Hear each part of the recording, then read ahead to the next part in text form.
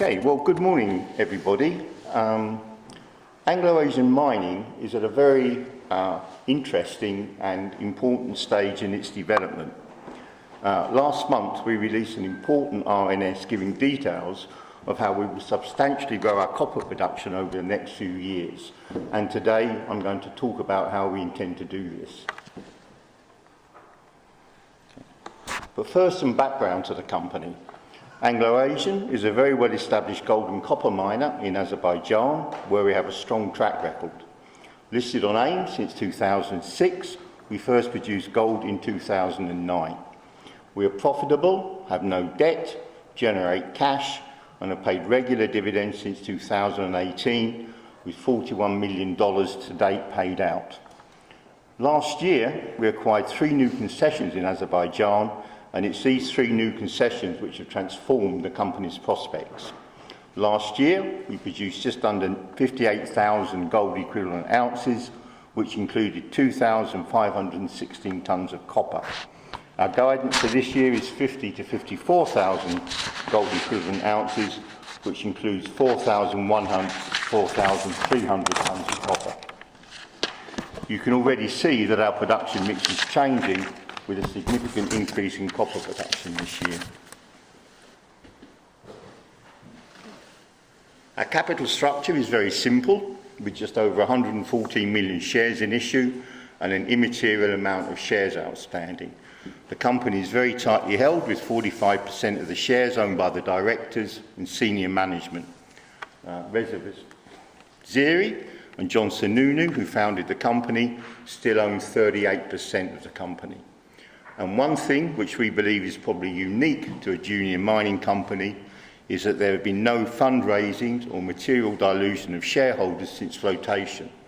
We also bought back some shares last year when the price was well under £1. Okay, this is our board of directors and senior management. Reza.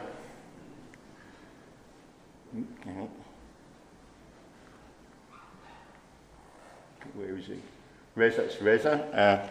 Reza is a very prominent businessman in Azerbaijan, where we have excellent relations with the government. We're all industry veterans, and the team has been extremely stable. I've been with the company for 10 years. Okay. Moving on to our mining concessions in Azerbaijan. These are called contract areas. The first block is what we call the Gelabey block, which is here.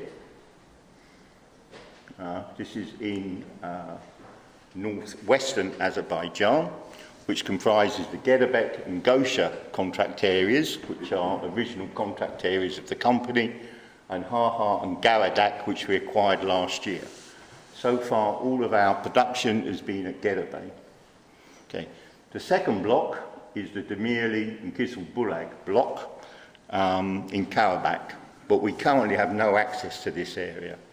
It's important to note that our recently announced forecast of 36,000 tonnes of copper equivalent production by 2028 does not include any production from Demirli and Kizilbulag. We have 2 other contract areas in the south, which is Ordubad in Nakhchivan and Vejnali in Zangalan. These are mostly exploration areas, although there will be some minor production from Vejnali this year as the geologists clean out the tunnels.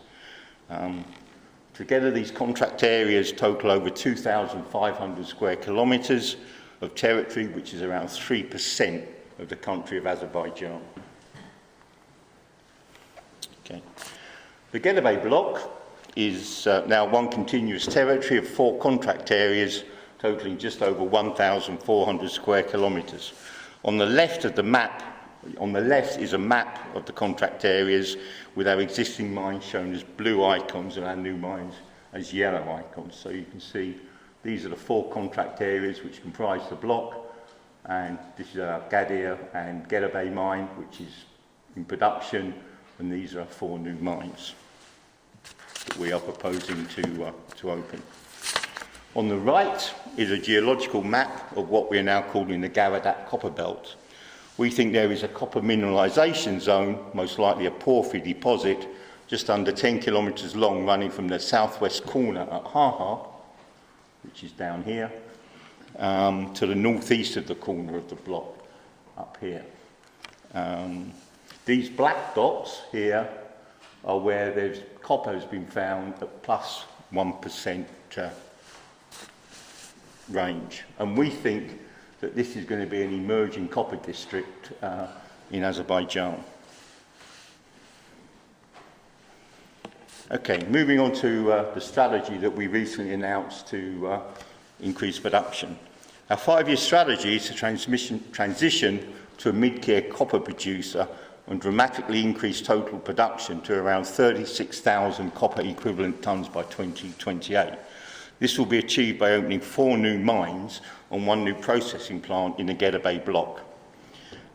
During this time, production from our existing Gedda Bay and Gosha mines will run down as they come to the end of their lives. We're forecasting total production will hit bottom this year, with production forecast to increase by 30 to 50% next year to 70 to 75,000 gold equivalent ounces as the new mines start to come into production. We believe this strategy is realistic.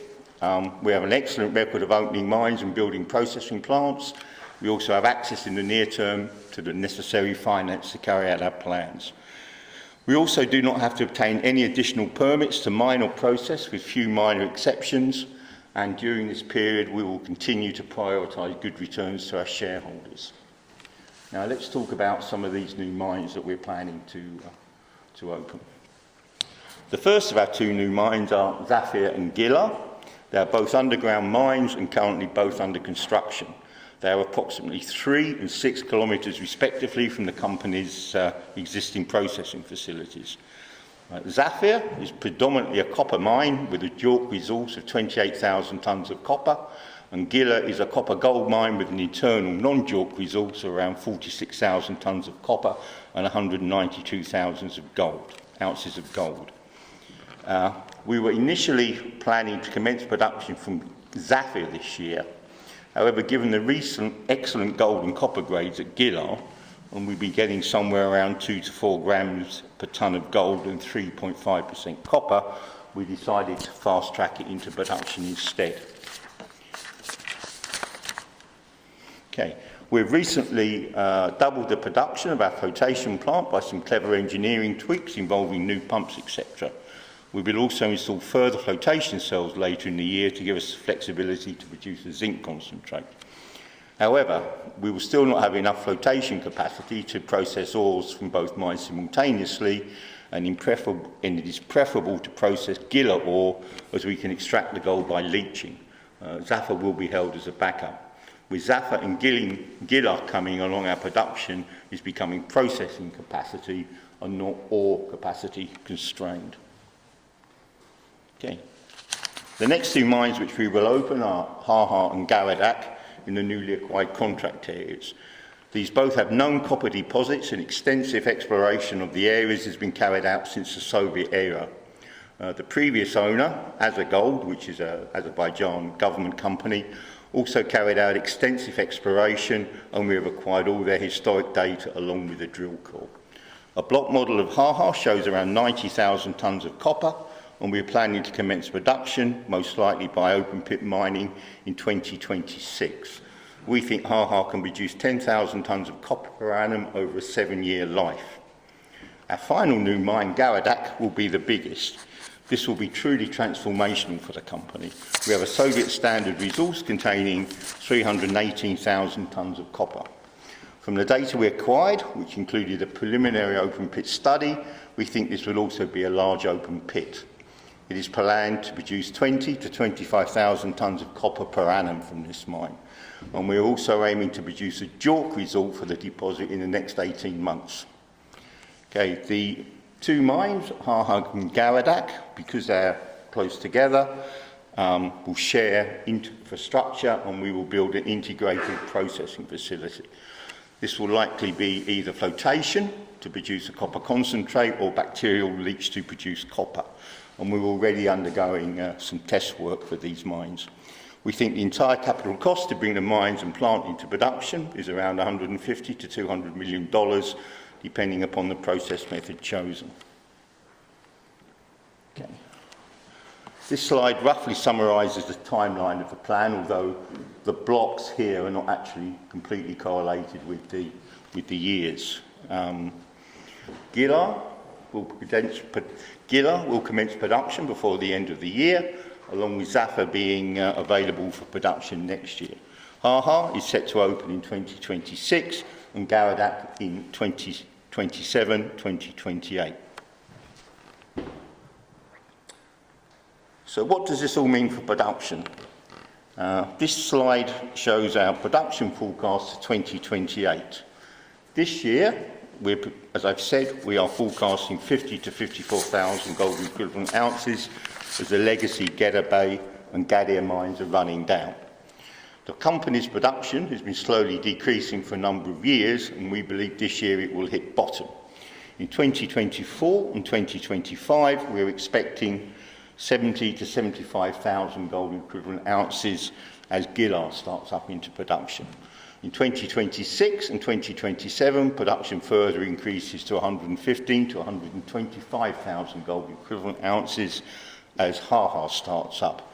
And finally, in 2028, we're looking at 175,000 as Garadak kicks in.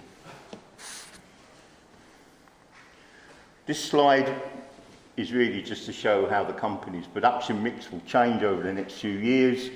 And you can see here that our gold production will decline to around 20,000 ounces per year, while we have this dramatic increase in copper between now and 2028 to over 35,000 tonnes, when we will become a mid-tier copper producer.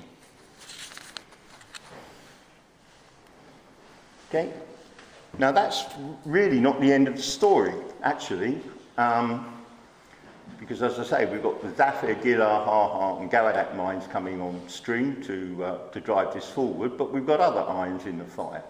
As I say, we've got Ordubad and Vejnali, and they're both exploration projects at the moment, and they're very highly successful. They're very highly prospective. And also we're continuing to explore at the Gedda Bay block, and we've had a record of successful exploration in discovering gold mines, and because of the fact that we will have surplus flotation capacity, if we are successful in finding any new mines, we will be able to start producing extra gold to add to the production of the company.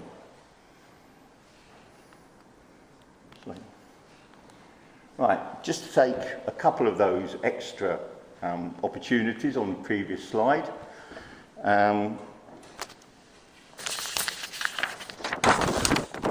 We have the existing Kizil-Bulag and the adjacent Demeli contract areas are in Karabakh, which is a territory disputed by Armenia and Azerbaijan.